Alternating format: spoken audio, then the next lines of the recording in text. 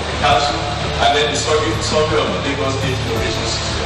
That is, when we talk of innovation, now we have to also be able to identify what is the capacity of the Lagos State Innovation System that we are going to be calling upon, to carry out this and then closing the banks. Now, basically, what are ACIs for?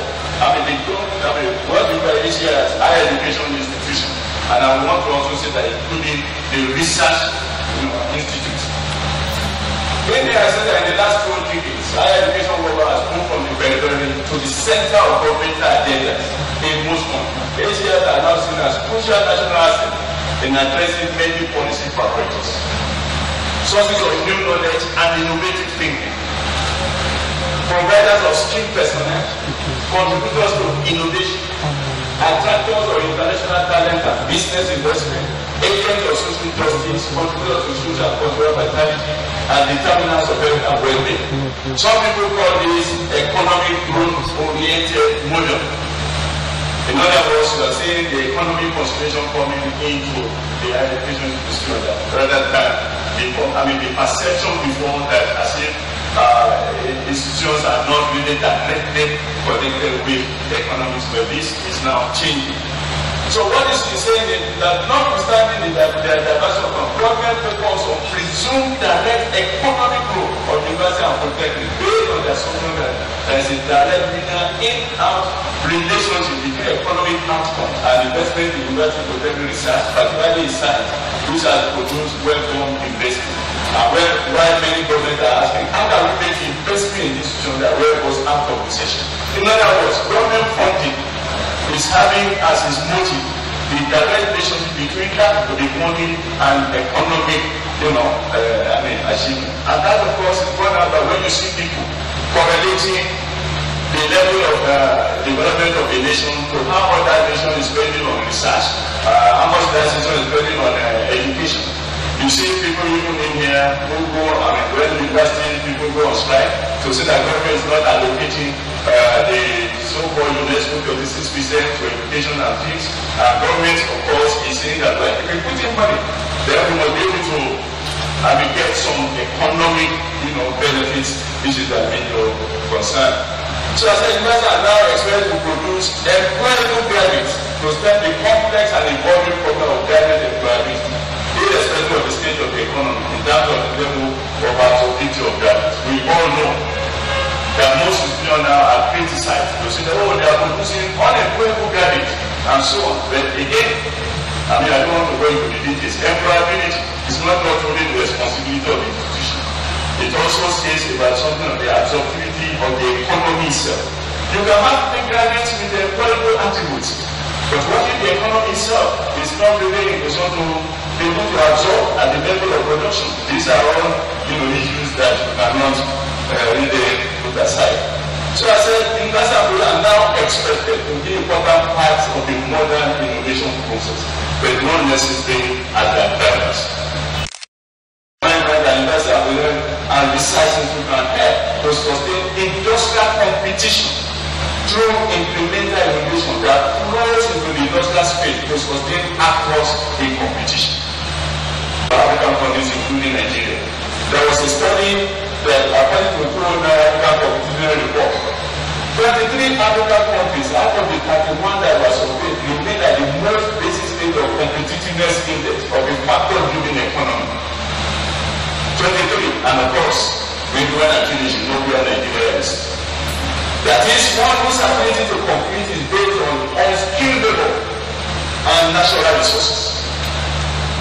Then the second stage, only 5 countries, Algeria, Mauritius, Namibia, South Africa, and Tunisia, are in the second stage of competitiveness, which is the efficiency-driven stage, which is driven by efficient goods, sophisticated labor, and financial markets, to life markets, and the ability to utilize technology effectively.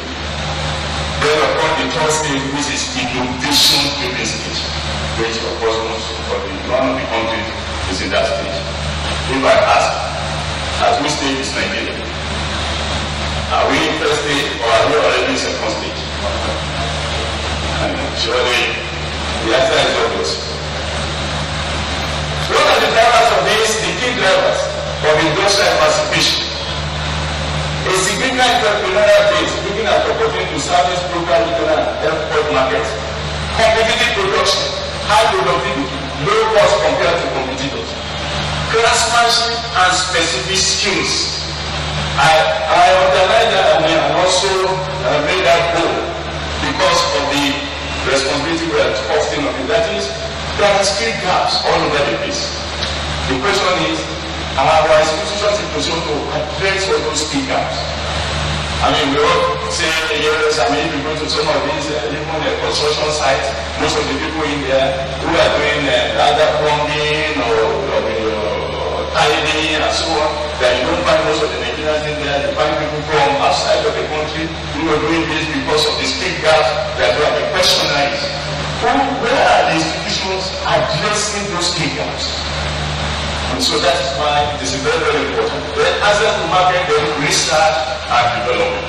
I mean, these are also, elements that work like that. I then quickly give the example of, we all know that government is so concerned, cassava bed. We want to stop importation of wheat, we want cassava. The question is, I said in there that we saw Mr. President eating cassava bread from IITA, or was it from Fido? Well, I don't want to open the page here. I know IITA is not there, so we can't open it. Since Fido is here. No, okay, we can't open it. But in any case, and this is something coming from the lab. These are the important. The question is, what will it take for that bread to be on every table in Nigeria? And what we are saying is, unless you look at the value chain, when we have to look at the value chain, is it every species of cassava that you can use? The answer is no.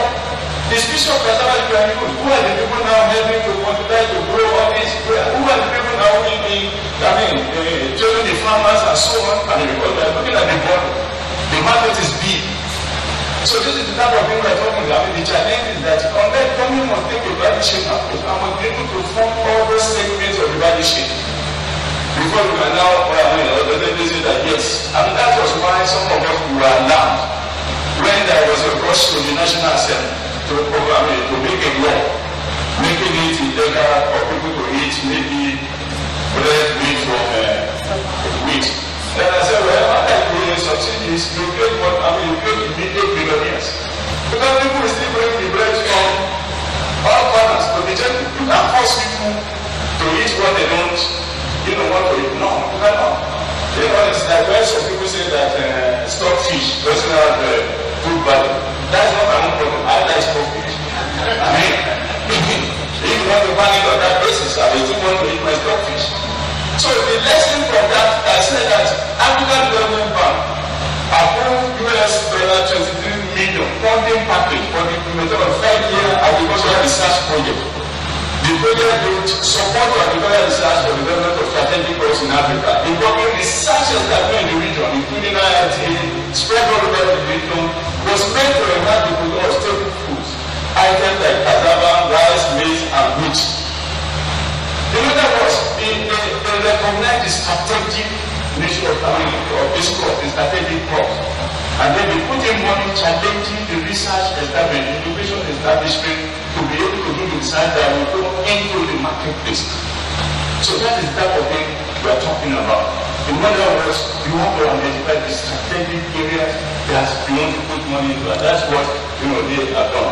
So my take on this is that this is the type of research we can expect in Nigeria at the national and state level. Our universities, political and research institutes must be challenged and supported to engage in research-driven incremental innovation to support the elements of the value chain in the different sectors of the economy to achieve sustainable development. Fortunately, the country can boast of at least, well, I said 128, but after writing this, I found that now it's not 129. Well, that's the nature of the rate of creation of, but you have to wait till the meeting on Wednesday to know how many universities you have in the country. Because every Wednesday, after the Executive Council, the university is created. But for now, maybe 128, 129, 75 polytechnics and so on. And I said that over the country, spread over the country, with Lagos State having the opportunity to synergistically tap into the research, development, and innovation potential of the states and surrounding state institutions. And that is shown in here.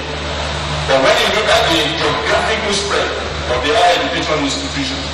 I mean, you can see that really we have quite a concentration in the southwest. And what we see in India is it means that if the state gets it right, you can really tap into the potential, of having all these, institutions, as shown in there.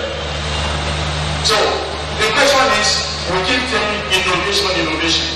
We feel that there's need for us to really have the practical understanding of what we really mean by innovation in the sense of development.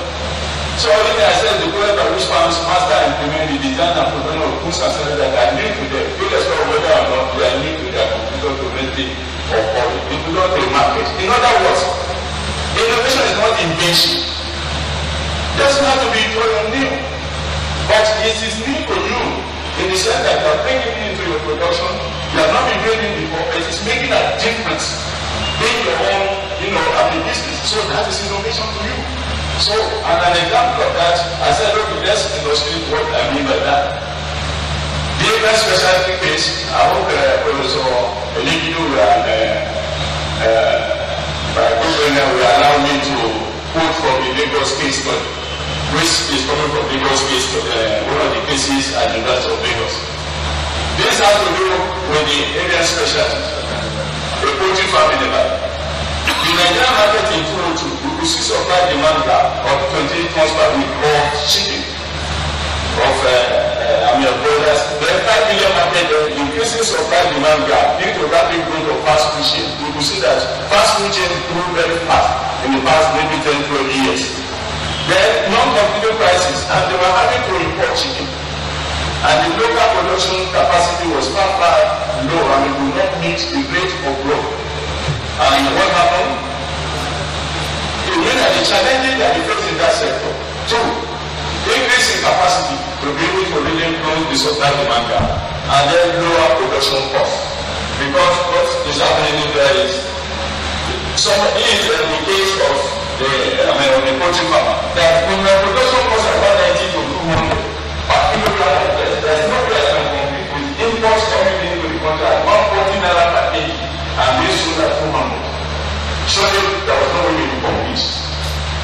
So, which is basically my point. I do not believe the government banning imports to protect local producers. I would rather compete, and I believe I will better outcome.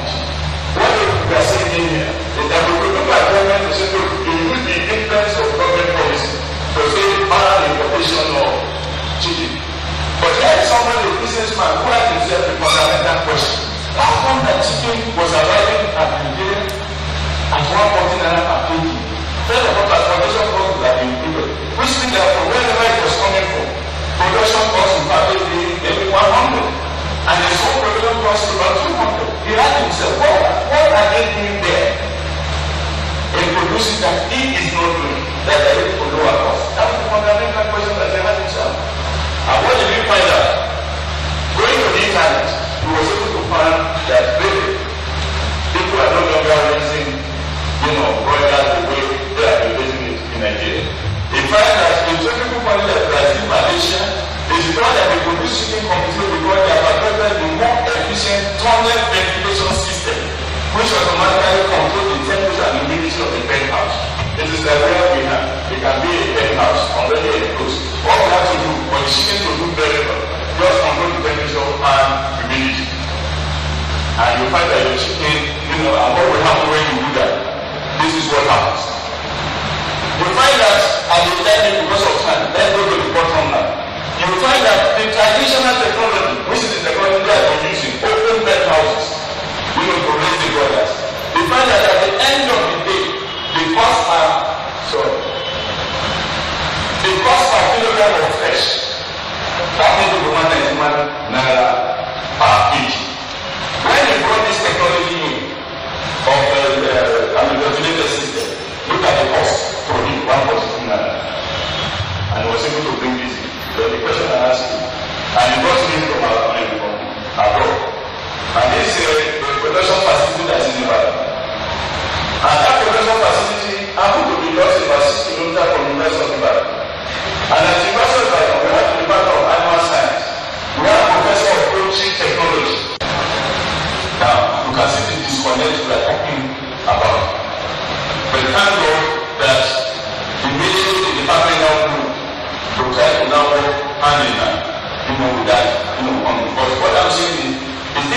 innovation or not innovation? It's innovation. And the lessons we are getting from there, in here, I give an example here. That the Ministry of Agriculture, Fisheries and Food in UK, government, commissioned the Seaside Research Institute, UK, University, to conduct a 3-year research project to develop a system that will enable broader producers, industry to breed birds that meet the exact requirement of their customers. I mean, in here, government intervened. University to one university to deal with the private sector to solve our problem in the private sector. That is the message that we are sending in here. This is what is called triple headings. Government, academia, industry. Cooperating, in order to solve industrial problem. So as I said, the key lesson from that innovation example I've given is that innovation can take place outside R&D system. It can take place on the shop floor. So now we have the actor in the field to be able to further extend, that production, process. Government can stand as a industrial sector, identify the economic need, challenge R&D institution for database R&D for division of solution to the end user. This will be a great policy, and it's the policy that the Research and Development Council is trying to, follow. And I give an example of that is the importance of government intervention. And the reason why government intervention is critical at this stage is that we still do not have the industrial sector that is strong enough to be able to appreciate, funding of research. At every stage, at this initial stage, government input has to, come. And the same thing, we did at the issue of South Korea, we did the issue of Malaysia and so on. At the initial stage of funding, government intervention was heavy. But as industrial power, as they continue to build industrial, development, industry also started, putting money into research, development, and innovation. That right now, industrial research money has now, overtaken that for government. But at that initial stage, government intervention is very key. And I'm just giving here the example of South Africa. How South Africa, did it. And the way it's done is South Africa scanned its industrial environment. And when they do that, they are able to identify what are the key areas. They want to do mineral beneficiation from a resource-driven to knowledge-driven economy. Enhanced manufacturing, automotive, chemical, plastic, metal products, Apple identify all those key areas. And what did they do? What they did is what is called technology division, which they say is a product that with basic understanding, information and development. Move from universities in field of government agencies to individuals or farms in the private sector. We must move. So, and Sumisano Trust is an agency of the Department of Science and Technology in South Africa. And its mission was to strengthen the technology transfer and division initiative at the university to support the SMEs. And what they did in there with the technology because of time, not because of what they did in this, they identified different universities for the different areas that they must address. And you see in here, agri-food processing. At State International University, they must, of course, they've already got the initial stage of assessing the capacity of those universities to look forward to add them, to now address. And agri-food processing, chemicals, and then composite materials, downstream chemicals, clothing and textile technology. Those who have the opportunity of visiting that one, they were able to see the target given to them was that India was, they were not able to compete with India. India was high there, and South Africa and textile was there. And the target was that they must catch up with India. That was the target. And they challenged this university that they want to help the actors in the field. So you get to that university, you see a full-fledged production line, excellent production line, where both staff and students involved in developing new techniques, new technology, and also they were linked with the industry, with the SMEs, and bringing SMEs for training, for new product development, and so on. What we are told was that within 4 years, we were able to catch up with India in terms of raising the competitiveness of their efforts in that field. And this other university, you can see, in other words, the message in this is identify the problem, identify the solution. But the solution more will link up with the end user of the solution, not just solution for solution's sake. And what happened in here is a table that shows for every sector how many SMEs that you are connected with. And find that at the end of the day, we're talking of almost close to 1,000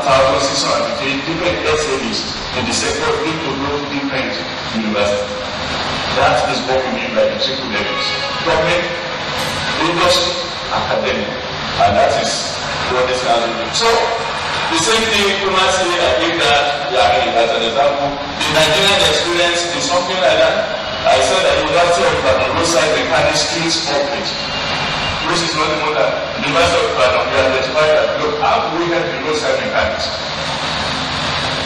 Our roadside mechanics, we realized that they were not repairing cars, they were damaging cars. But again, who is addressing the speaker? Most of them were trained on carburation. They could repair your cars with carburetor closing their eyes. But immediately the fuel injection system arrived, you will see them pleading with you to change from fuel injection to carburation. But you can't blame them. Who is addressing the speaker? And now we did at the last of the time. But because we did initially by the roadside mechanics from Ilorin down to Lagos, I brought them to the back of the country. Expose them in a simple layman's language, gentle language, to introduce them to the current technology involved in doing. There are ways you can explain it without having to go to all those complicated equations. And by the time they did that for about 2 weeks, we brought them to Lagos Costalis, where they did their practical exposure, and where they were trained on how to use the diagnostic tools. After 2 months of exposure, you need to see how comfortable. But you know they can now fast. So whoever can get the speaker and their businesses, shut up. Right now, we have nothing less than 250 roadside mechanics spread over about 10 states on the similar program for skills program. Now that's the type of intervention we're talking, about today in any sector. So now coming to Lagos State and our program, we said that the challenge of the university, you all know. Urban residents the world over, they desire good quality of that. They need food to drink, good water to drink, people need healthcare, they also need to be mobile. So transportation system will be capable of transporting millions, putting little strain on the environment and city, but in other words, a good quality of life. Moreover, an effective infrastructure in turn contribute to economic further improving quality of life. Unfortunately, the infrastructure of many cities lag behind it. And this is coming from mega city challenging historic area to show the challenge that we face now coming to Lagos State. Growing and modernizing state in the increasingly globalizing world economy. These and much more inform the setting up of the Lagos State Research and Development Grant Council by the visionary governor of Nigeria. In other words, you cannot develop a state like this on ad hoc basis. You need concrete evidence-based policies to be able to drive the development. And the council has this as the objective to identify areas for research and then to meet the developmental goals of the state, to provide funding support, not only for basic and applied research, but also innovation to take commercializable ideas and research results to the marketplace. To support the state's higher education institution in the performance of the key function of teaching research and community services geared towards the development of the human capital to drive the state economy. In other words, we must be able to evaluate the capacity of our innovation system to be able to, play this role. So the vision of the council is to become an instrument for the transformation of Lagos State into an innovative, knowledge-driven community where the citizens acquire the capacity to thrive in the globally competitive world economy. This will entail the development of state innovation system comprising the government, academia, research and development estates, and the private sector. And when we are looking at the actors we are talking about in the entire milieu of to be able to achieve the social and economic objectives, we are looking at NGO, education institutions, technology transfer agencies, state corporation, research institutions, business and finance, international partners, and government. All these come to play in order to be able to achieve what, and that is the concept. So the methodology that I have adopted in the council will be able to this one, identification of the thematic research areas. What are the key areas that will be challenging people to research into? Sensitization workshop of the state innovation system, which is what is taking place now. That is, it's not like that we sit down and identify this and no, there's still for us to throw it open, so that people also can have input into the agenda before we now move forward. The survey of the innovation system towards the evaluation of their institutional research capacity and competencies. Some institutions here we have seen us, we have sent some questionnaire. You know, it is aimed at being able to gauge, however temporary that can be, that what are the institutions we are even talking about in the state that we are going to be calling upon and challenging, you know, with all these places for research. Therefore, preparation of prioritized research, development, and innovation project, we cannot do it all. Because you will see the next presentation that is quite big, that is going to prioritize. Development of grant application form for group and institutional proposals. That is, we now be looking to decentralize proposals, all for proposals for people to now send to us what they want to do in addressing the key problems that we have identified. Then call for evaluation of proposal and then roll out of grant awards when we now start awarding grants to be able to implement the project. And what are the thematic areas that we have identified since we are established as a council? We have identified about 16 different thematic areas, drawing from looking at the agenda, the developmental agenda of the Lagos State 2020-2025, and of course our also other perception of the problems of Lagos State. Population studies, of course, very important.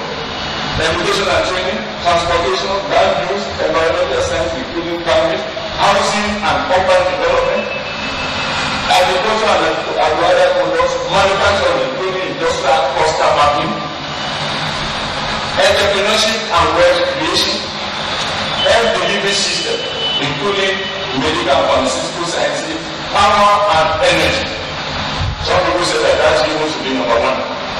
Infrastructure, roads, water, electricity, information and communication technology and telecommunication, media, culture and creative industry, then hospitality and tourism.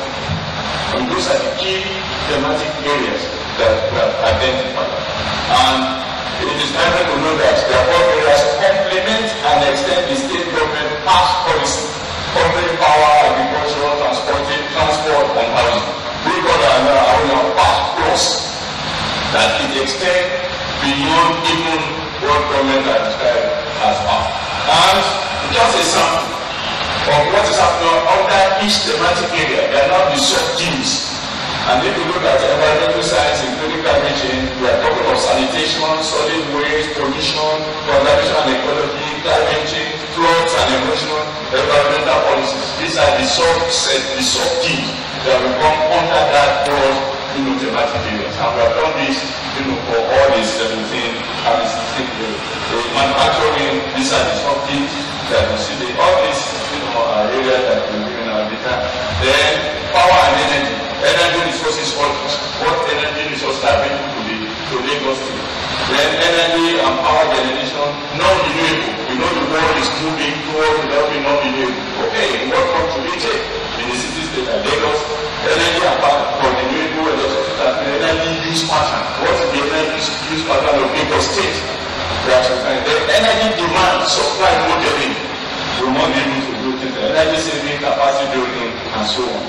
Then hospitality and tourism, data collection of the hospitality and tourism industry, customer satisfaction survey, aquatic and marine tourism, discussion of road city Lagos and so on, eco-tourism, cultural festival, entertainment, music, media and culture, and I like this one, the social consequences of tourism, which we cannot overlook based on what is happening in other cities in the world. Then the slave market and slavery and so on.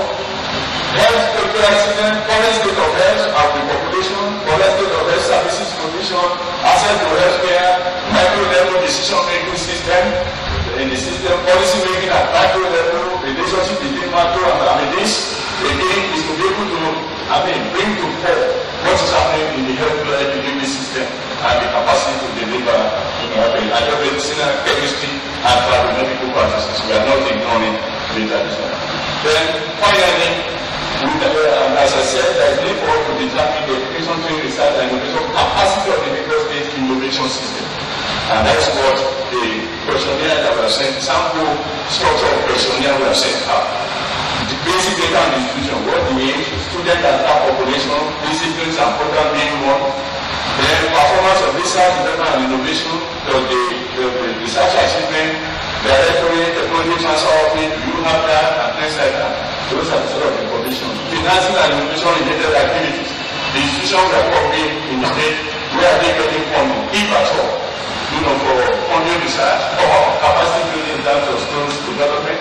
It is from the IGM, it is from some international multilateral, and the other was want to be able to see, to be able to map the resources coming, for research in the state through the institution. And then creation of linkages and knowledge flows. Do they have, linkage to industry, to SMEs? Are they already supporting SMEs? We know that to do this for the university like Pan Atlantic University. They will score very high there because they are already connected, to the SMEs in terms of training and so on. So what's happening in all institutions? Are they connected? Because this is one of the things we want to promote.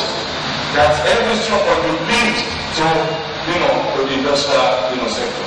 The education of the treasurers and so on. The human resources development and capacity building, very key. How is it happening in those, the creation of programs and facilities, that's happening in those institutions, and things like the creation of people promote improvement of technology and so on. The creation of technical services and infrastructure, all these are elements of the questionnaire that we are using to capture, what is going on in the state. So, in conclusion, I said in the 21st century, knowledge-based economy will create the wealth. The prospect and well-being of nations. Research and tertiary education systems are primary drivers of this. Three vehicles. They produce cutting-edge knowledge. They transfer, exchange, and apply that to drive innovation, and they educate and skill knowledge workers.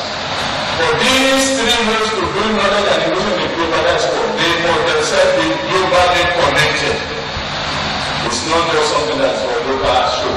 Cutting-edge research requires world-class research partners from across the globe. Major innovation requires not only researchers, but also businesses and investors to collaborate within and across national boundaries. Knowledge workers need to develop international competence and skills to be effective in the future world. Thank you very much. Thank you very much.